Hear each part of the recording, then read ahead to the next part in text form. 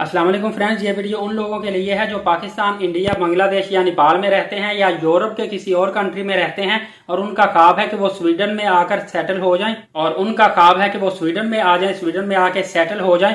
उन लोगों के लिए बहुत इंपॉर्टेंट खबर है कि स्वीडन की जो गवर्नमेंट है वो 1 अक्टूबर 2023 से इमिग्रेंट्स के उनके लिए एक खबर है कि स्वीडन की जो गवर्नमेंट है वो इमिग्रेशन के हवाले से और सिटीजनशिप के हवाले से बहुत बड़ी तब्दीलियां लेकर आ रही है 1 अक्टूबर 2023 से। तो इन तब्दीलियों का आपको ऑलरेडी पहले से मालूमात होना जरूरी है ताकि आप किसी भी किस्म की मुश्किलात में ना फंस जाएं। सबसे पहले तो ये है कि अगर आप वर्क परमिट हासिल करते हैं, फॉर एग्जाम्पल आप घर बैठे हुए ऑनलाइन किसी भी कंपनी से, स्वीडन की किसी कंपनी से आप work permit job offer letter हासिल करते हैं तो उसमें आपकी मिनिमम जो सैलरी है 20,560 रुपए होनी चाहिए, जो कि यूरो में लगाई जाए तो तकरीबन 2380-2400 यूरो बनती है। ये बहुत बड़ी सैलरी है। ये सैलरी सिर्फ वो लोग हासिल कर सकते हैं जिन्होंने आईटी की फील्ड में या डॉक्टर या इंजीनियर या किसी अच्छी फील्ड में एक्सपर्टीज हैं। लेबर या स्किल्ड पर्सन जो है वो इतनी ज्यादा सैलरी हासिल नहीं कर सकते, क्योंकि स्वीडन में जो यूरो में सैलरी अगर आप देखा जाए तो 900, 1200, 1500, हाईएस्ट 1800, 2000 यूरो तक सैलरी होती है। तो इन्होंने बहुत बड़ी कंडीशन एक लगा दी है।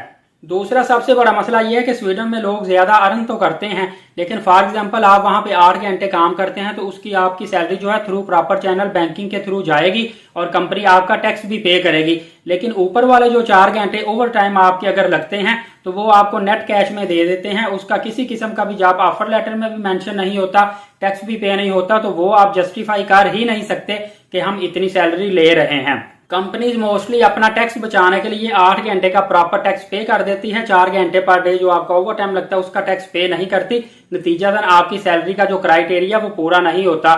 दूसरा मसला ये बनेगा कि ऑलरेडी जो लेबर की बहुत बड़ी तादाद इंडिया, पाकिस्तान, बांग्लादेश या नेपाल से स्वीडन में या किसी भी कंट्री में जाके रह रही है और उनकी सैलरी 26,560 स्वीडिश क्रोना से कम थी, उनके लिए बहुत बड़ा मसला है कि जब दोबारा उन्होंने वीजा रिन्यू करवाना पड़ेगा तो अगर उनकी सैलरी का क्राइटेरिया पूरा ना हुआ तो उनका वीजा रिन्यू नहीं होगा। नतीजतन उनको अपने कंट्री में वापस आना पड़ेगा। अब उनके लिए 2 ही काम है, या तो वो कंपनी से रिक्वेस्ट करके अपनी सैलरी बढ़वाएं या कंपनी को स्किप करके किसी और कंपनी में मूव कर जाएं। लेकिन ये चीजें बहुत मुश्किल हैं। इसके लिए अपोजिशन और हुक्मरान जो पार्टी है इनके आपस में इख्तिलाफ भी हुए हैं, लेकिन लग यही रहा है कि ये रूल जो है 1 अक्टूबर 2023 को पास हो जाएगा। उसकी बड़ी वजह यह है कि यूरोप के बहुत ज्यादा ममालिक में इन्होंने अपने आर्टिकल लिखवाए हैं उनकी लोकल लैंग्वेज में। वहां भी इन्होंने बताया है कि स्वीडन जो है ये बहुत ज्यादा इमिग्रेंट्स को अब फेस नहीं कर सकता, इसलिए नो मोर इमिग्रेंट्स का रूल जो है इन्होंने पास कर रहे हैं। इसके साथ साथ सिटीजनशिप का एक सख्त कानून इन्होंने पास किया है। एक तो सिटीजनशिप अब हासिल करना थोड़ी सी मुश्किल हो जाएगी, दूसरा जिन्होंने ऑलरेडी हासिल की हुई है उनके ये डॉक्यूमेंट री-वेरीफाई करने लगे हैं, रिव्यू करने लगे हैं। उसमें किसी किस्म का फेक डॉक्यूमेंट निकल आया है या किसी ने कोई भी गलत बयानी की हुई तो उसकी जो सिटीजनशिप है उसको भी कैंसिल कर देंगे। तो ये एक बड़ी इंपॉर्टेंट मालूमात थी, आप तक पहुंचाना लाजमी थी। मजीद ऐसी मालूमाती वीडियो देखने के लिए चैनल को सब्सक्राइब कर लीजिए, वीडियो को लाइक करें, शेयर करें और इजाजत दीजिए। बहुत शुक्रिया। अल्लाह हाफिज।